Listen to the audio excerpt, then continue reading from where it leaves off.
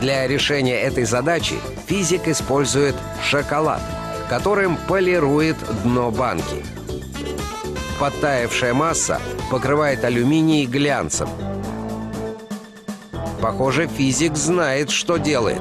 Он пытается поймать солнечные лучи и перенаправить их на кусочки салфетки. Кто бы мог подумать, что банка газировки и шоколад могут стать инструментами для разведения костра. Виктор нас удивил.